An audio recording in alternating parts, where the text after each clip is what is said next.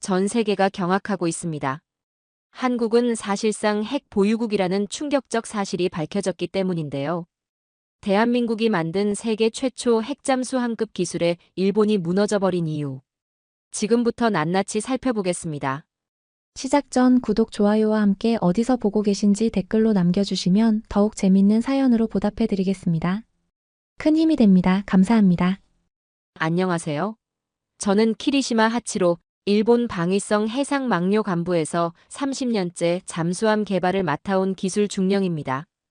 2025년 가을, 고베의 가와사키 중공업의 건조 도크 안으로 들어서는 순간, 제 가슴 속에서 뜨거운 무언가가 치솟아 올랐습니다. 거대한 철골 구조물 사이로 드러난 타이게이급 잠수함의 검은 선체가 마치 심해에서 올라온 고래처럼 위용을 드러내고 있었어요. 햇빛을 받아 은은하게 빛나는 특수 도장 표면을 바라보니 그동안 제가 쏟아부은 모든 밤샘 작업과 무수한 실험들이 주마등처럼 스쳐 지나갔습니다. 제 손은 무의식 중에 선체를 쓰다듬고 있었습니다. 차갑고 매끈한 표면의 감촉이 손바닥을 타고 올라왔어요. 이 잠수함에는 일본 해군 100년의 자부심이 고스란히 녹아 있었습니다. 우리 선조들이 러일 전쟁에서 보여준 그 용맹함, 태평양 전쟁에서 쌓아올린 잠수함 기술의 정수가 바로 여기, 이 선체 안에 맥박치고 있었어요. 특히 리튬이온 배터리는 제가 가장 자랑스럽게 여기는 혁신이었습니다. 과거 소류급 잠수함이 가졌던 한계를 완전히 극복한 이 기술은 세계 어느 나라도 따라올 수 없는 일본만의 독보적인 성과였습니다. 제 입가에는 저도 모르게 미소가 번졌어요. 핵추진 잠수함을 제외한 재래식 잠수함 기술의 정점에 우리가 서 있다는 확신이 온몸을 감싸며 흘러내렸습니다. 그때 뒤에서 발소리가 들려왔습니다. 돌아보니 방위성에서 파견 나온 후배 장교가 서류 봉투를 들고 저를 향해 걸어오고 있었어요. 그의 얼굴에는 알 수 없는 긴장감이 어려 있었습니다. 캐나다가 60조 원 규모의 잠수함 사업 최종 후보를 발표했다는 내용이었습니다. 서류를 펼쳐보는 제 눈이 어느 한 줄에서 멈춰섰어요. 일본, 그리고 한국. 두 나라가 최종 경쟁 대상이라는 문구가 또렷하게 인쇄되어 있었습니다. 저는 피식 웃음을 흘렸습니다. 한국이라니요. 장보고급 잠수함을 독일 설계도를 받아 조립이나 하던 나라가 감히 우리와 같은 무대에 선다는 것이 우습게 느껴졌어요. 제 머릿속에는 수십 년 전 한국이 잠수함 기술을 배우기 위해 우리를 찾아왔던 모습이 선명하게 떠올랐습니다. 그들은 학생이었고 우리는 스승이었어요. 그 관계가 바뀔 리 있었을까요? 도크 밖으로 나와 사무실로 돌아가는 길, 고베 항구의 찬바람이 제 뺨을 스쳤습니다. 하지만 그 바람도 제 가슴 속에 타오르는 자신감을 식히지는 못했어요. 창밖으로 보이는 바다는 잔잔했고 수평선 너머로는 석양이 붉게 물들어가고 있었습니다. 사무실 책상에 앉아 캐나다 측에서 보내온 요구사항 목록을 다시 한번 꼼꼼히 살펴봤습니다. 그들이 원하는 것은 명확했어요. 신뢰성, 그리고 전통. 바로 이 두 가지였습니다. 제 손가락이 서류 위를 따라 움직이며 각 항목을 짚어갔어요. 정숙성, 내구성, 유지보수의 용이성. 모든 항목에서 우리 타이게이급은 완벽한 답을 제시할 수 있었습니다. 한국의 이른바 공기부료 추진체계, 그러니까 공기 없이도 물속에서 움직일 수 있다는 그 기술에 대한 정보도 파일 속에 들어 있었어요. 이 기술은 간단히 말해서 AIP, 그러니까 공기부료 추진체계라고 부르는 건데, 잠수함이 물 위로 올라와 공기를 빨아들이지 않고도 물속에서 계속 작전을 수행할 수 있게 해주는 장치였습니다. 제 눈썹이 살짝 올라갔어요. 이론적으로는 흥미로운 개념이지만 실전에서 검증된 기술이라고 보기에는 아직 의문이 많았습니다. 실험실에서의 성공과 실제 바다에서의 작전 수행은 전혀 다른 차원의 문제였으니까요. 창밖으로 어둠이 내려앉기 시작했습니다. 사무실 안의 형광등 불빛이 유리창에 반사되어 저를 바라보는 또 다른 제 모습이 희미하게 비쳤어요. 그 모습 속에는 30년간 쌓아올린 자부심과 확신이 온전히 담겨 있었습니다. 캐나다는 결국 우리를 선택할 것입니다. 세계가 인정하는 일본의 기술력을, 우리 선조들이 물려준 이 자랑스러운 전통을 외면할 수는 없을 테니까요. 그로부터 2주 후, 저는 캐나다 오타와 국방부 청사 앞에 서 있었습니다. 11월의 차가운 바람이 얼굴을 매섭게 스쳤어요. 하늘은 잿빛 구름으로 뒤덮여 있었고 멀리 보이는 국회의사당 첨탑 위로 캐나다 국기가 바람에 펄럭이고 있었습니다. 청사 로비에 들어서자 대리석 바닥에 제 구두 소리가 또각또각 울려 퍼졌어요. 천장이 높고 넓은 공간이었습니다. 벽면에는 캐나다 해군의 역사를 담은 사진들이 빼곡하게 걸려 있었어요. 제2차 세계대전 당시의 호위함들, 냉전 시대의 구축함들, 그리고 현재 운용 중인 함정들의 모습이 시대순으로 이어졌습니다. 저는 그 사진들을 하나하나 살펴보며 걸어갔어요. 캐나다는 해양 강국으로서의 자부심이 강한 나라였습니다. 그들이 원하는 것은 단순한 무기가 아니라 자국의 광활한 해역을 지킬 수 있는 믿음직한 동반자였을까요? 회의실로 안내받아 들어갔을 때 이미 캐나다 측 관계자들이 자리를 잡고 앉아 있었습니다. 해군 참모총장을 비롯한 고위 장성들, 국방부 조달 담당자들, 그리고 기술 검증팀까지 20명이 넘는 사람들이 반원형으로 배치된 테이블에 둘러앉아 저희를 기다리고 있었어요. 그들의 표정은 대체로 무표정했지만 눈빛만큼은 날카로웠습니다. 60조 원이라는 천문학적인 금액이 걸린 사업이었으니까요. 우리 일본 대표단이 먼저 발표를 시작했습니다. 저는 기술 고문 자격으로 프레젠테이션을 주도했어요. 스크린에 타이게이급의 단면도가 떠올랐습니다. 저는 천천히 그러나 확신에 찬 목소리로 설명을 이어나갔어요. 리튬이온 배터리의 우수성을 강조했습니다.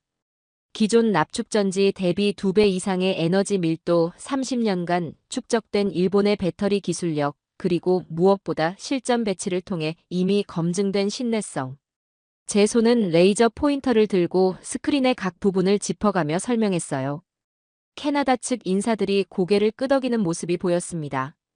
정숙성 데이터를 보여주었을 때는 회의실 안에 감탄의 기류가 흘렀어요. 타이게이급의 소음 수준은 해양 배경 소음과 거의 구분이 되지 않을 정도였습니다. 특수 제작된 프로펠러, 이중 탄성 장착 시스템, 그리고 전체 선체에 입힌 무반향 코팅. 이 모든 기술이 합쳐져 심해의 유령과도 같은 은밀성을 만들어냈어요. 발표를 마치고 자리로 돌아왔을 때 저는 제 역할을 완벽하게 해냈다는 확신이 들었습니다. 옆에 앉은 대표단장이 제 어깨를 가볍게 두드렸어요. 그의 눈빛에는 만족감이 가득했습니다. 그런데 문제는 그 다음이었습니다. 한국 대표단이 앞으로 나왔어요. 그들은 5명이었습니다. 선두에 선 사람은 50대 초반으로 보이는 제독 계급장을 단 남자였어요. 김준호라는 이름표가 가슴에 달려 있었습니다. 그의 걸음걸이는 침착했고 표정에는 묘한 자신감이 어려 있었어요. 스크린에 도산 안창호함의 이미지가 떠올랐습니다. 검은 선체, 날렵한 형상. 외관만 보면 우리 타이게이급과 크게 다를 바 없어 보였어요. 저는 팔짱을 끼고 앉아 그들의 발표를 지켜봤습니다. 김준호가 입을 열었습니다. 그의 목소리는 차분했지만 힘이 있었어요. 도산 안창호함의 기본 재원을 설명하더니 곧바로 핵심으로 들어갔습니다. 바로 연료전지 기반 공기분류 추진 체계, 그러니까 AIP 시스템의 성능이었어요. 스크린에 숫자가 떠올랐습니다. 28일. 물속에서 공기를 빨아들이지 않고 작전을 수행할 수 있는 기간이라고 했어요. 저는 속으로 코웃음을 쳤습니다. 28일이라니요. 이론상으로만 가능한 수치일 것입니다. 실전에서 그런 성능을 구현한다는 것은 불가능에 가까웠어요. 제 시선이 캐나다 측 인사들에게로 향했습니다. 그런데 그들의 반응이 예상과 달랐어요. 해군 참모총장이 몸을 앞으로 기울이며 스크린을 주시하고 있었습니다. 옆에 앉은 기술 담당자는 뭔가를 열심히 노트에 적어 내려가고 있었어요. 김준호는 계속해서 설명을 이어갔습니다. 북극해와 같은 극한 환경에서의 장기 작전 능력, 적의 탐지망을 완전히 우회할 수 있는 은밀성, 그리고 무엇보다 장기간 잠항으로 인한 전략적 우위. 그의 손가락이 스크린 위의 그래프를 따라 움직일 때마다 캐나다 측 인사들의 눈빛이 더욱 날카로워졌어요. 저는 의자에 앉은 채 다리를 꼬았습니다. 불안한 마음을 애써 감추려 했어요. 한국의 프레젠테이션이 예상보다 치밀하고 체계적이었습니다. 그들은 단순히 기술을 나열하는 것이 아니라 캐나다가 직면한 실제 작전 환경과 연결지어 설명하고 있었어요. 발표가 끝나고 질의응답 시간이 주어졌습니다. 캐나다 해군 참모총장이 손을 들었어요. 그가 던진 질문은 간단했지만 핵심을 찌르는 것이었습니다. 실제 해상 시험에서 그 성능이 검증되었느냐는 것이었어요. 김준호는 잠시도 망설이지 않고 대답했습니다. 그의 목소리에는 확신이 담겨 있었어요. 도산 안창호함은 이미 수차례의 장기 자망 시험을 성공적으로 마쳤고 실전 배치되어 작전을 수행하고 있다고 했습니다. 회의실 안의 공기가 미묘하게 변했어요. 처음 우리 일본 대표단의 발표를 들을 때와는 다른 분위기였습니다. 캐나다 측 인사들의 눈빛에 깊은 관심이 서려 있었어요. 해군 참모총장이 고개를 끄덕이며 입을 열었습니다. 그의 말 한마디 한마디가 제 귀에 또렷하게 들려왔어요.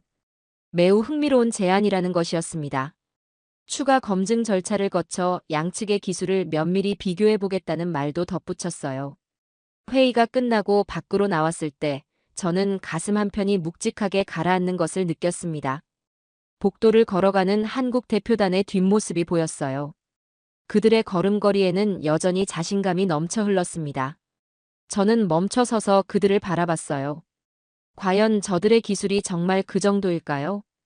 아니면 단지 그럴듯하게 포장한 것에 불과할까요?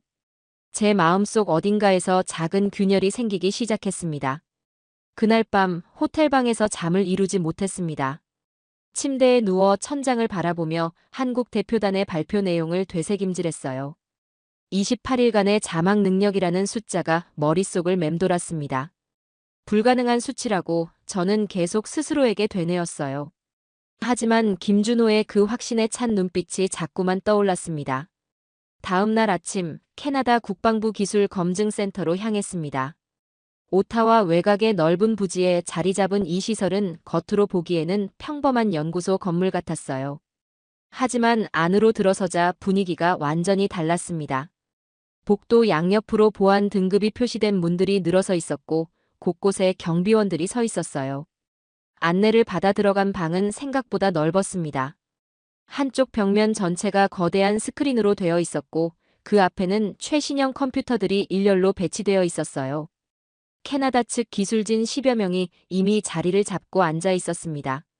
그들은 우리 일본과 한국 양측이 제출한 모든 기술 자료를 입수해 독자적인 분석 작업을 진행한다고 했어요. 저는 일본 측 옵서버 자격으로 뒤편 좌석에 앉았습니다. 한국 측에서도 2명의 기술진이 반대편에 자리를 잡았어요. 우리는 서로를 힐끗 쳐다보았지만 인사는 나누지 않았습니다.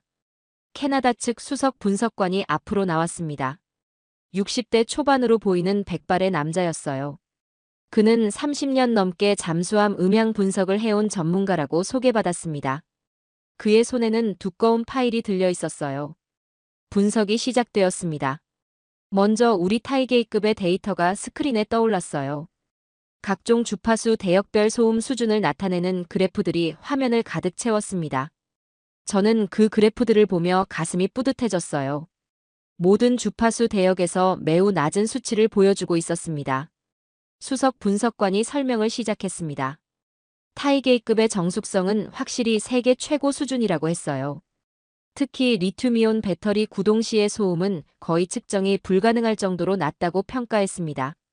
저는 고개를 끄덕였어요. 역시 우리 기술력은 검증된 것이었습니다. 그런데 그 다음 순간이었습니다. 한국 도산 안창호함의 데이터가 스크린에 나타났어요. 처음에는 별다를 것 없어 보였습니다. 그런데 수석 분석관이 특정 구간을 확대하기 시작했어요. 회의실 안이 조용해졌습니다. 스크린 속 그래프의 선들이 타이게이급보다 훨씬 아래쪽에 자리 잡고 있었어요. 저는 눈을 가늘게 뜨고 화면을 응시했습니다. 뭔가 잘못된 것 아닐까요? 측정 오류가 있었던 것은 아닐까요? 옆에 앉은 캐나다 기술진 한 명이 작게 탄성을 내질렀습니다. 다른 사람들도 서로 눈빛을 교환하며 속삭이기 시작했어요. 저는 의자에서 몸을 앞으로 기울였습니다. 제 심장이 빠르게 뛰기 시작했어요. 수석 분석관이 다시 입을 열었습니다. 그의 목소리에는 분명한 놀라움이 담겨 있었어요. 한국 잠수함의 소음 수준이 예상을 훨씬 뛰어넘는다고 했습니다. 특히 AIP 작동 시의 정숙성이 경이로운 수준이라고 평가했어요. 저는 참을 수가 없었습니다. 자리에서 벌떡 일어나 항변했어요. 말도 안 된다고. 우리 타이게이급의 정숙성은 세계 최고 수준이라고 목소리를 높였습니다. 수석 분석관이 저를 바라봤습니다. 그의 눈빛은 차분했지만 단호했어요. 그는 천천히 고개를 저으며 말했습니다. 키리시마 중령님, 이해합니다. 하지만 데이터는 거짓말을 하지 않는다고 했어요. 그가 스크린의 다른 부분을 가리켰습니다. 두 잠수함의 소음 수준을 비교한 그래프가 나란히 표시되었어요. 타이게이급을 파란색 선으로, 도산 안창호함을 빨간색 선으로 나타낸 것이었습니다. 수석 분석관의 다음 말이 제 귓가에 꽂혔습니다. 만약 타이게이급의 소음이 조용한 도서관 수준이라면 한국의 잠수함은 아무도 없는 심해 그 자체라고 했어요. 그는 계속해서 설명했습니다. 저희 소나 시스템으로는 이 잠수함을 추적하는 것이 사실상 불가능하다고 했어요. 제 다리에 힘이 풀렸습니다. 다시 의자에 주저앉았어요. 머릿속이 하얗게 변했습니다. 30년간 쌓아올린 확신이 한순간에 흔들리는 것을 느꼈어요. 다른 기술진이 추가 설명을 이어갔습니다.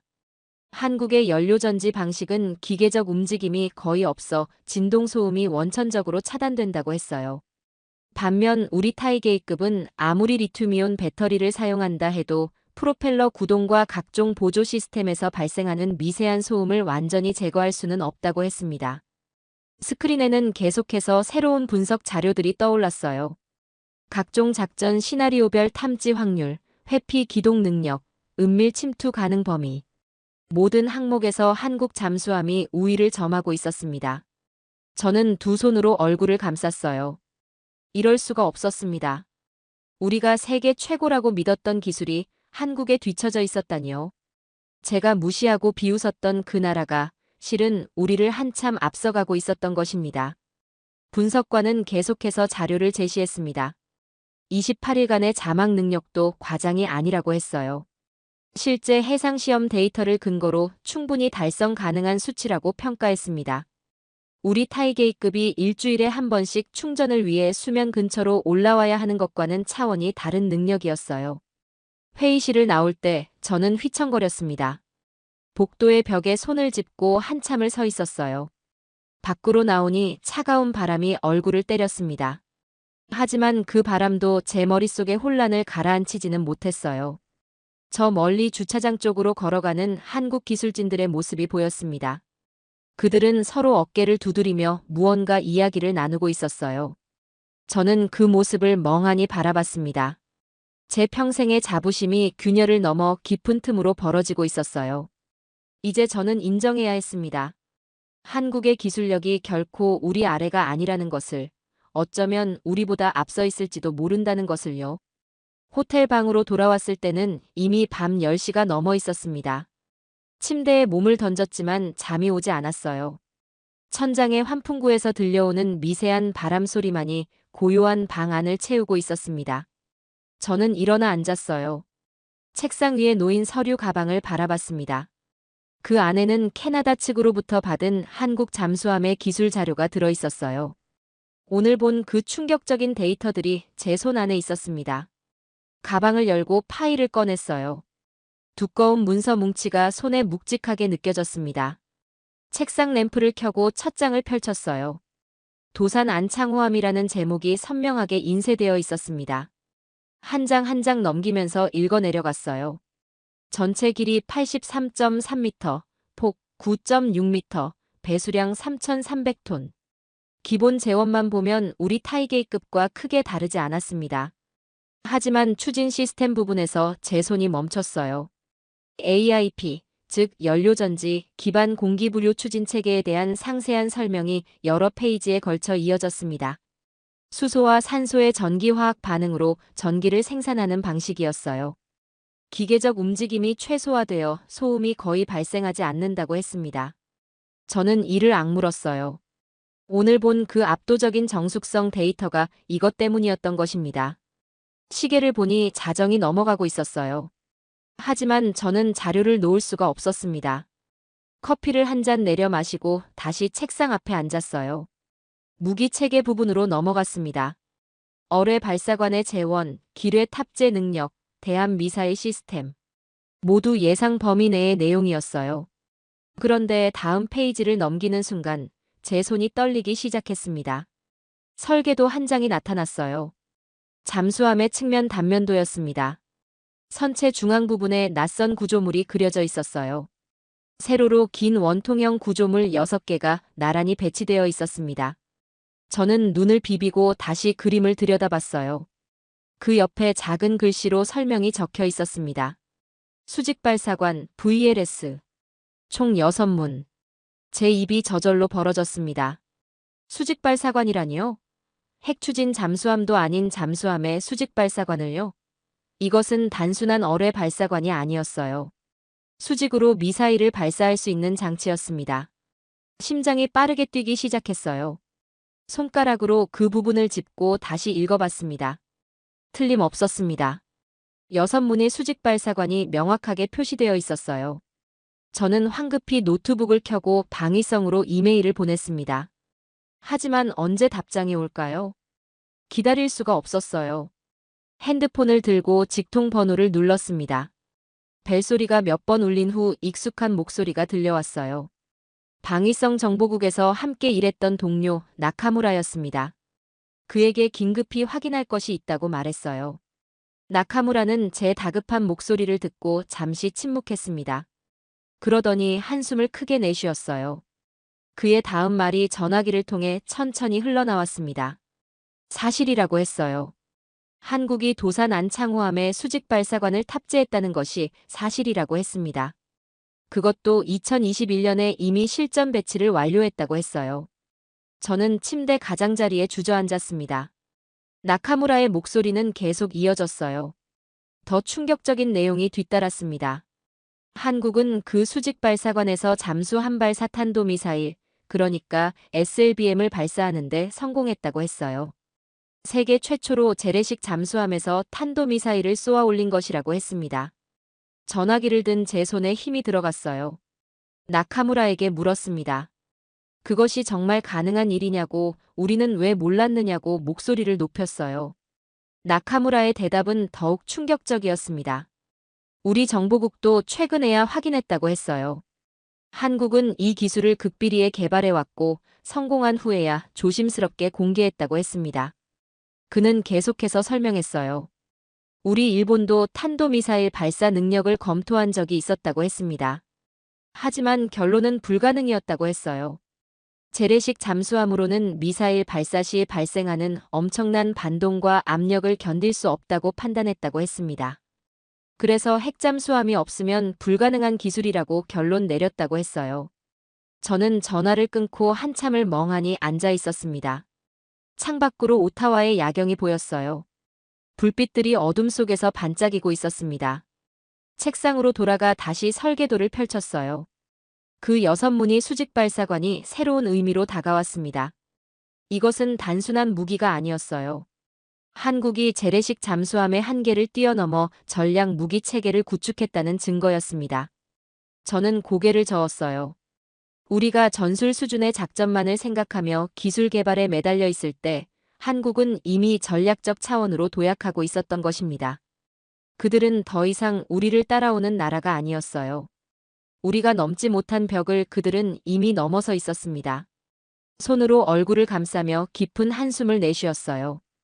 28일간의 자막 능력으로 은밀하게 적진 깊숙이 침투하고 그곳에서 탄도미사일을 발사할 수 있는 잠수함. 이것이 의미하는 바를 저는 너무나 잘 알고 있었습니다. 핵잠수함을 보유하지 않은 나라가 핵잠수함만이 할 수 있다고 여겨졌던 전략적 억제력을 손에 넣은 것이었어요. 이것은 단순한 기술 발전이 아니었습니다. 해양 전략의 판도를 바꿀 수 있는 혁명이었어요. 창밖의 하늘이 서서히 밝아오기 시작했습니다. 저는 밤새 한숨도 자지 못했어요. 책상 위에는 한국 잠수함의 자료들이 어지럽게 흩어져 있었습니다. 제 30년 경력이 무색해지는 순간이었어요. 제가 쌓아 올린 자부심이 산산조각 나고 있었습니다. 한국이라는 나라를 저는 완전히 잘못 보고 있었던 것입니다. 그날 오후 다시 기술 검증센터로 향했습니다. 밤새 잠을 자지 못한 탓에 눈꺼풀이 무겁게 내려앉았어요. 하지만 정신만큼은 또렷했습니다. 아니, 오히려 지나칠 정도로 예민해져 있었어요. 오늘은 최종 가상 워게임 시뮬레이션이 진행되는 날이었습니다. 캐나다 측이 준비한 북극해 가상 분쟁 시나리오에서 양국의 잠수함이 각각 단독으로 임무를 수행하게 되어 있었어요. 실전과 동일한 조건에서 어떤 성능을 발휘하는지 검증하는 자리였습니다. 회의실에 들어서니 이미 많은 사람들이 모여 있었어요. 캐나다 해군 참모총장을 비롯한 고위 장성들, 기술진, 그리고 양국 대표단까지 30명이 넘는 인원이 거대한 스크린 앞에 자리를 잡고 있었습니다. 저는 일본 대표단 뒤편에 앉았어요. 한국 측 인원들도 반대편에 조용히 자리를 잡았습니다. 회의실 안의 공기는 긴장감으로 가득했어요. 시뮬레이션 책임자가 앞으로 나왔습니다. 그는 오늘 시나리오에 대해 설명하기 시작했어요. 북극해 지역의 가상 분쟁 상황, 적대 세력이 통제하는 해역 깊숙이 침투해 핵심 군사기지를 타격하는 임무라고 했습니다. 스크린에 북극해 지도가 떠올랐어요. 푸른색과 흰색으로 표시된 얼음 바다, 그 사이로 붉은색 선이 표시되어 있었습니다. 적의 방어선이었어요. 그 너머 깊숙한 곳에 노란색 마커로 표시된 타격 목표가 보였습니다. 먼저 우리 타이게이급의 시뮬레이션이 시작되었습니다. 스크린 속에서 검은색 잠수함 아이콘이 출발 지점에서 천천히 움직이기 시작했어요. 저는 두 손을 깍지 끼고 화면을 응시했습니다. 초반 3일간은 순조로웠어요. 타이게이급은 조용히 적의 탐지망을 피해 전진했습니다. 화면 오른쪽에는 각종 수치들이 실시간으로 표시되고 있었어요. 배터리 잔량, 속도, 탐지 위험도. 모든 것이 정상 범위 내에 있었습니다. 하지만 5일째 되는 날, 배터리 잔량이 위험 수준으로 떨어졌어요. 화면에 경고 표시가 떴습니다. 충전이 필요하다는 신호였어요. 타이게이급은 수면 가까이로 천천히 올라가기 시작했습니다. 제 손에 땀이 배어 나왔어요. 스노클링, 그러니까 수면 근처에서 공기를 빨아들여 디젤 엔진을 돌리며 배터리를 충전하는 작업이었습니다. 이 과정에서 잠수함은 일시적으로 노출될 위험이 있었어요. 화면 속에서 타이게이급이 수심 10m까지 올라왔습니다. 스노클 마스트를 올리는 순간 적의 레이더에 포착되었다는 알람이 울렸어요. 붉은색 경고등이 화면 전체를 뒤덮었습니다. 적의 대잠 헬기가 출동했어요. 소나 부위가 투하되었고 곧이어 어뢰 공격이 시작되었습니다. 타이게이급은 긴급 회피 기동을 시도했지만 이미 늦었어요. 화면에 격침이라는 글자가 떴습니다. 작전 시작 7일 만의 결과였어요. 저는 의자 등받이에 몸을 기댔습니다. 입술을 깨물었어요. 예상했던 시나리오였지만 직접 보니 마음이 무거웠습니다. 책임자가 분석 결과를 설명했어요. 배터리 용량의 한계로 인해 주기적인 충전이 불가피했고 그 과정에서 탐지될 수밖에 없었다고 했습니다. 북극해와 같은 극한 환경에서 장기 작전을 수행하기에는 구조적 한계가 있다는 평가였어요. 회의실 안이 조용해졌습니다. 캐나다 측 인사들은 무표정한 얼굴로 화면을 바라보고 있었어요. 저는 주먹을 쥐었습니다. 이제 한국 잠수함의 차례였어요. 스크린이 다시 초기화되었습니다. 같은 북극해 지도, 같은 출발점, 같은 목표. 모든 조건이 동일했어요.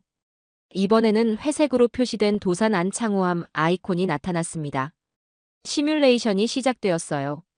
한국 잠수함도 천천히 전진하기 시작했습니다. 초반 움직임은 우리와 비슷했어요. 하지만 5일이 지나고 일주일이 지나도 그 잠수함은 계속 전진만 했습니다. 화면 오른쪽에 배터리 잔량 표시를 봤어요. 여전히 안정적인 수준을 유지하고 있었습니다. 저는 눈살을 찌푸렸어요. 공기부료 추진 체계가 작동하고 있다는 뜻이었습니다. 10일째, 한국 잠수함은 적의 첫 번째 방어선을 완전히 돌파했어요. 탐지망에 한 번도 포착되지 않았습니다. 15일째, 두 번째 방어선도 무사히 통과했어요. 제 심장이 빠르게 뛰기 시작했습니다. 3주가 지났어요. 한국 잠수함은 여전히 깊은 바닷속을 조용히 항해하고 있었습니다. 마치 유령처럼 아무도 그 존재를 감지하지 못했어요. 24일째, 드디어 목표 지점에 도달했습니다. 한국 잠수함은 적의 핵심 군사기지에서 불과 50km 떨어진 곳에 위치했어요. 완벽한 공격 위치였습니다. 화면이 잠수함 내부 단면도로 전환되었어요. 수직 발사관 6문이 선명하게 표시되었습니다. 발사 준비가 시작되었다는 메시지가 떴어요. 첫 번째 발사관이 열렸습니다. 미사일이 천천히 상승하기 시작했어요. 물속에서 수직으로 올라가는 모습이 화면에 그려졌습니다. 수면을 뚫고 나온 미사일이 점화되었어요. 불꽃이 튀었습니다. 미사일이 하늘로 치솟았어요. 포물선을 그리며 날아가는 궤적이 화면에 그려졌습니다. 곧이어 두 번째, 세 번째 미사일도 연속으로 발사되었어요. 저는 숨을 죽이고 화면을 바라봤습니다. 미사일들이 목표를 향해 날아갔어요. 적의 방공망이 반응했지만 이미 늦었습니다. 목표 지점에 붉은 폭발 표시가 연달아 나타났어요. 임무 완수라는 글자가 화면에 떴습니다. 한국 잠수함은 그대로 조용히 철수 항로로 접어들었어요. 여전히 아무도 그 위치를 파악하지 못했습니다. 시뮬레이션이 끝났어요. 회의실 안이 정적에 휩싸였습니다. 아무도 말이 없었어요.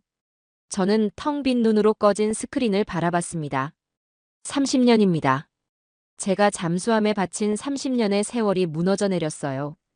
우리가 최고라고 믿었던 모든 것이 허상이었습니다.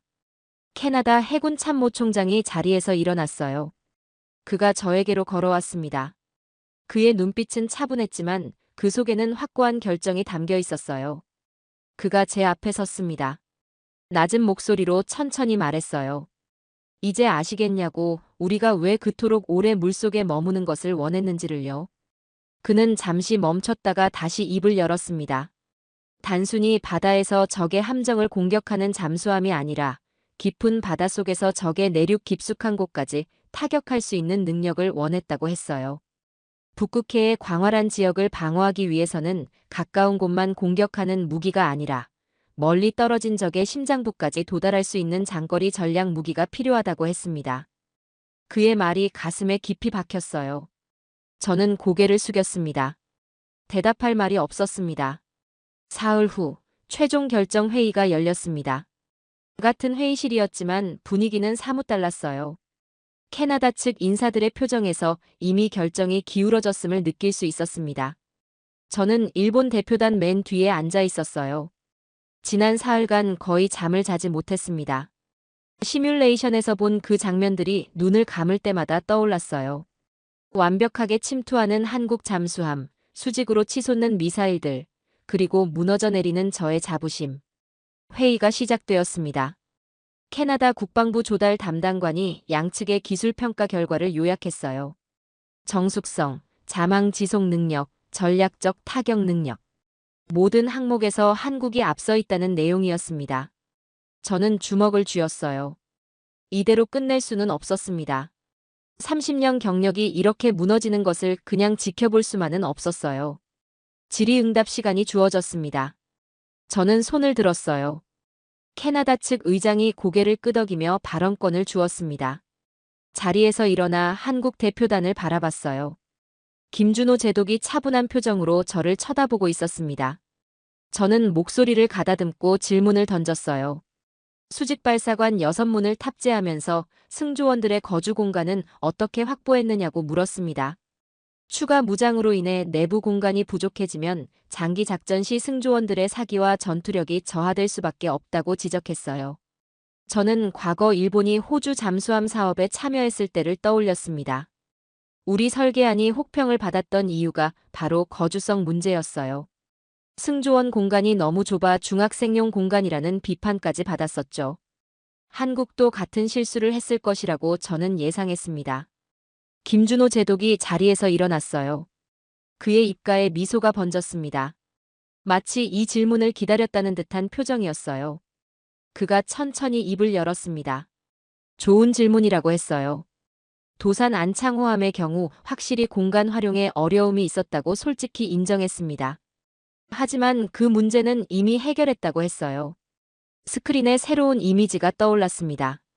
저는 눈을 가늘게 뜨고 화면을 응시했어요. 낯선 잠수함의 모습이었습니다. 김준호가 말했어요. 우리의 차세대 잠수함, 장영실함을 소개하겠다고 했습니다. 제 심장이 철렁 내려앉았어요. 차세대 잠수함이라니요. 도산 안창호함도 충분히 충격적이었는데 그보다 더 진보한 잠수함이 이미 존재한다는 것이었습니다. 화면이 장영실함의 3차원 단면도로 전환되었어요. 김준호의 설명이 이어졌습니다. 배수량 3,600톤, 길이 89m. 도산 안창호함보다 조금 더 큰 규모였어요. 하지만 진짜 충격은 그 다음이었습니다. 완전 전기 추진 시스템이라고 했어요. 디젤 엔진을 아예 제거했다고 했습니다. 저는 입을 다물지 못했어요. 디젤 엔진 없이 어떻게 잠수함을 움직인다는 것일까요? 김준호가 계속 설명했습니다. 리튬이온 배터리와 연료 전지만으로 모든 추진 동력을 얻는다고 했어요. 디젤 엔진의 기계적 소음이 원천적으로 제거된다는 의미였습니다. 저는 뒤로 물러나 의자에 주저앉았어요. 우리 타이게이급이 자랑하던 리튬이온 배터리 기술도 여전히 디젤 엔진과 병행하는 방식이었습니다. 하지만 한국은 한 단계 더 나아가 있었어요. 화면에 내부 배치도가 나타났습니다. 김준호의 손가락이 레이저 포인터로 각 구역을 짚어가며 설명했어요. 승조원 수가 33명이라고 했습니다. 제 눈이 커졌어요. 33명이라니요. 도산 안창호함은 50명 정도였고 우리 타이게이급도 비슷한 수준이었습니다. 어떻게 그렇게 적은 인원으로 운용할 수 있을까요? 고도의 자동화 기술이라고 했어요. 인공지능 기반의 통합 전투 시스템이 대부분의 임무를 처리한다고 했습니다.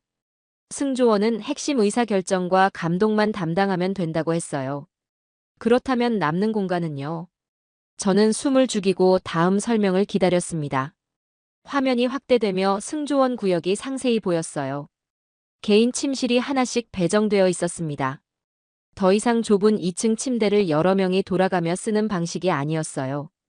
각자의 프라이버시가 보장되는 1인실이었습니다. 체력 단련실도 보였어요. 러닝머신과 각종 운동기구들이 배치된 공간이었습니다. 장기 작전 시 승조원들의 체력과 정신 건강을 유지하기 위한 배려였어요.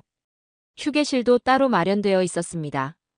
편안한 소파와 대형 스크린이 설치된 공간이었어요. 잠수함이 아니라 마치 호텔 같았습니다. 제 입이 바짝 말랐어요. 이것은 단순한 개선이 아니었습니다. 잠수함 설계 철학 자체가 다른 차원이었어요. 김준호가 계속 설명했습니다. 수직 발사관은 신문으로 늘었다고 했어요. 도산 안창호함의 6문에서 거의 2배 가까이 증가한 것이었습니다. 더 많은 미사일을 탑재하면서도 거주성은 오히려 향상되었다고 했어요. 리튬이온 배터리 덕분에 수중 최대 속력 지속 시간도 2배에서 3배 증가했다고 했습니다. 도산 안창호함이 1시간 정도 최대 속력을 유지할 수 있다면 장영실함은 2시간에서 3시간까지 가능하다고 했어요. 화면에는 계속해서 장영실함의 각종 사양과 성능이 표시되었습니다. 개선된 소나 체계, 더 빨라진 표적 탐지 능력, 향상된 전투 시스템. 모든 면에서 한 단계 도약한 모습이었어요. 저는 의자에 깊숙이 몸을 묻었습니다. 숨을 쉬기가 힘들었어요. 도산 안창호함의 충격이 채 가시기도 전에 한국은 이미 다음 세대를 완성해 놓았던 것입니다. 이것은 더 이상 기술 격차가 아니었어요. 따라잡는 것조차 불가능하게 느껴지는 기술 초격차였습니다. 우리가 한 걸음 내딛는 동안 한국은 이미 10걸음을 앞서 달려가고 있었어요. 회의실을 둘러봤습니다. 캐나다 측 인사들의 눈빛이 빛나고 있었어요. 그들이 원했던 모든 것이 저 잠수함 안에 들어 있었습니다. 장기 자막 능력, 전략 타격 능력, 그리고 승조원을 배려하는 인간 중심 설계까지. 김준호 제독이 발표를 마치고 자리로 돌아갔어요. 그는 제 쪽을 한번 쳐다봤습니다. 그의 눈빛에는 승리의 기쁨이 아니라 조용한 자신감만이 담겨 있었어요. 저는 고개를 떨구었습니다. 더 이상 반박할 말이 없었어요. 한국이라는 나라를 저는 완전히 잘못 보고 있었습니다. 그들은 단순히 우리를 따라오는 나라가 아니었어요. 우리가 상상도 하지 못한 미래를 이미 만들어내고 있었습니다. 제 30년 경력이 무색해지는 순간이었어요. 아니, 어쩌면 그 30년은 과거에 머물러 있었던 시간이었는지도 모릅니다. 한국은 미래로 나아가고 있었고, 우리는 여전히 과거의 영광을 붙잡고 있었던 것입니다. 캐나다에서 돌아온 지 이틀 후, 저는 도쿄 방위성 지하 2층 비밀 회의실에 서 있었습니다. 창문 하나 없는 밀폐된 공간이었어요. 형광등의 차가운 불빛이 긴 타원형 테이블을 비추고 있었습니다. 테이블 주위로 방위성 고위 간부들이 자리를 잡고 앉았어요. 해상 막료장, 기술본부장, 조달 담당 차관, 그리고 몇몇 국회의원들까지 20여 명의 시선이 모두 저를 향하고 있었습니다. 저는 단상 앞에 섰어요. 손에는 캐나다에서 가져온 두꺼운 보고서가 들려 있었습니다. 심호흡을 한번 하고 입을 열었어요. 저희는 완패했습니다. 이 한 문장을 내뱉는 것이 얼마나 힘들었는지 모릅니다. 회의실 안이 술렁이기 시작했어요.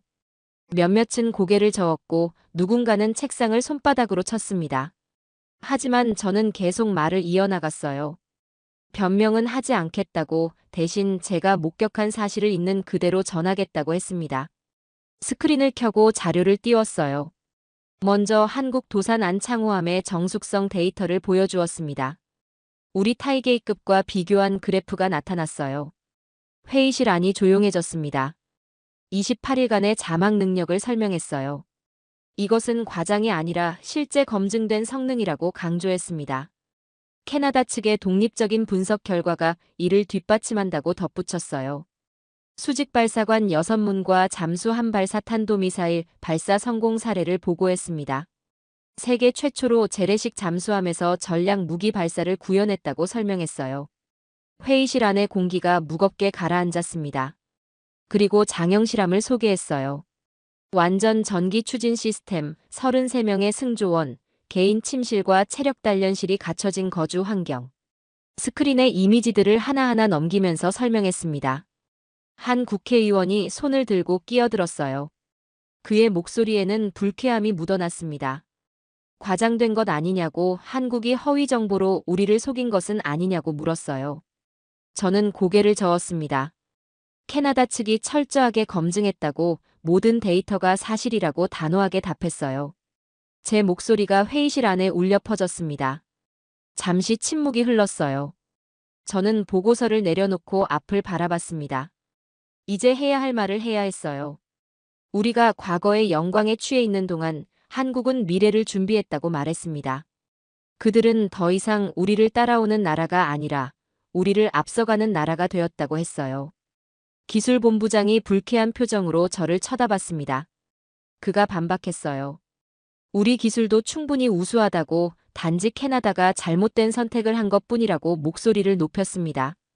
저는 그를 똑바로 바라봤어요. 아니라고, 인정해야 한다고 말했습니다.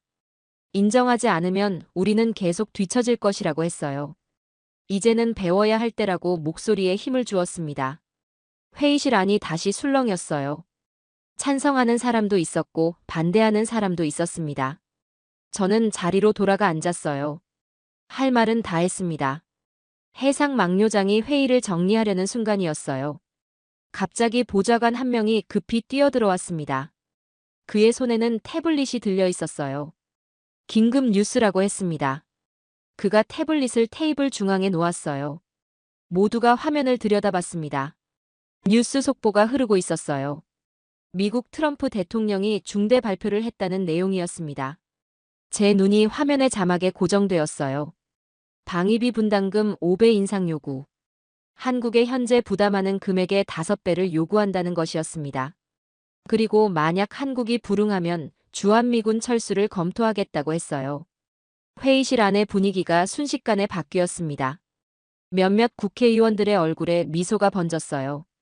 한 사람이 말했습니다. 이것은 우리에게 기회라고, 한미 동맹이 흔들리면 일본의 전략적 가치가 올라간다고 했어요. 다른 사람도 거들었어요. 한국이 미국과 멀어지면 우리가 그 빈자리를 채울 수 있다고, 동북아 안보의 중심이 다시 일본으로 돌아올 것이라고 흥분된 목소리로 말했습니다. 저는 그 말들을 듣고 있을 수가 없었어요. 자리에서 벌떡 일어났습니다. 제 목소리가 회의실을 가득 채웠어요. 안 됩니다. 그것은 재앙입니다. 저는 두 주먹을 불끈 쥐고 외쳤어요. 모두가 저를 쳐다봤습니다. 해상 막료장이 눈살을 찌푸리며 무슨 말이냐고 물었어요. 저는 숨을 고르고 천천히 설명하기 시작했습니다.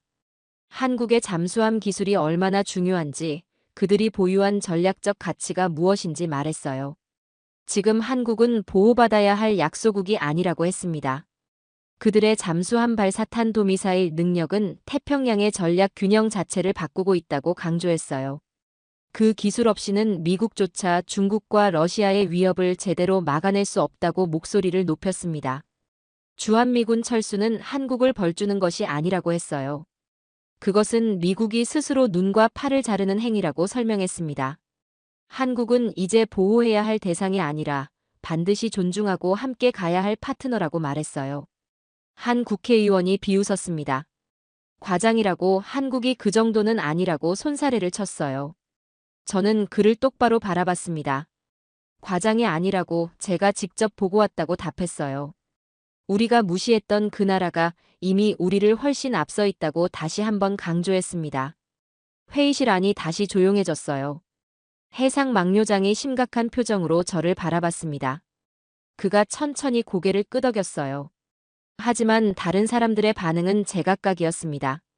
어떤 이는 수긍하는 표정이었고 어떤 이는 여전히 믿지 않는 눈빛이었어요. 회의가 끝나고 밖으로 나왔을 때 저는 복도 벽에 기대섰습니다. 온몸에서 힘이 빠져나갔어요. 제가 할 수 있는 일은 다 했습니다. 하지만 과연 제 말이 제대로 전달되었을까요? 창밖으로 도쿄의 야경이 보였어요. 수많은 불빛들이 어둠 속에서 반짝이고 있었습니다. 저는 그 불빛들을 바라보며 생각했어요. 세상은 변하고 있는데 우리는 여전히 과거에 머물러 있는 것은 아닐까요? 그날 밤 호텔 방으로 돌아온 저는 잠을 이룰 수가 없었습니다. 침대에 누워서도 계속 생각했어요. 트럼프 대통령의 그 무모한 결정을 막을 방법이 없을까요? 시계를 보니 새벽 2시가 넘어가고 있었어요. 미국 워싱턴은 지금 낮 12시쯤 될 것입니다. 저는 벌떡 일어나 책상으로 갔어요. 서랍에서 낡은 수첩을 꺼냈습니다. 거기에는 오래전부터 알고 지낸 사람들의 연락처가 빼곡하게 적혀 있었어요. 손가락으로 페이지를 넘기며 한 이름을 찾았습니다. 잭 코너. 미국 해군 제독이자 국가안전보장회의 핵심 자문위원인 그는 저의 오랜 동료이자 라이벌이었어요. 함께 훈련을 받고 서로의 기술을 겨루던 시절이 있었습니다. 지금은 트럼프 대통령에게 직언할 수 있는 몇 안 되는 위치에 있는 사람이었어요. 노트북을 켜고 화상 통화 프로그램을 실행했습니다. 떨리는 손으로 그의 아이디를 입력했어요. 연결음이 울렸습니다. 한 번, 두 번, 세 번. 화면에 익숙한 얼굴이 나타났어요. 60대 초반의 백발 남자 잭 코너였습니다. 그는 의아한 표정으로 저를 바라봤어요. 한밤중에 무슨 일이냐고 물었습니다. 저는 숨을 고르고 입을 열었어요. 잭, 제발 내 말을 들어달라고 했습니다. 매우 중요한 일이라고 대통령께 전해야 할 말이 있다고 했어요. 잭의 표정이 진지해졌습니다. 그가 고개를 끄덕이며 말하라고 했어요. 저는 지난 2주간 캐나다에서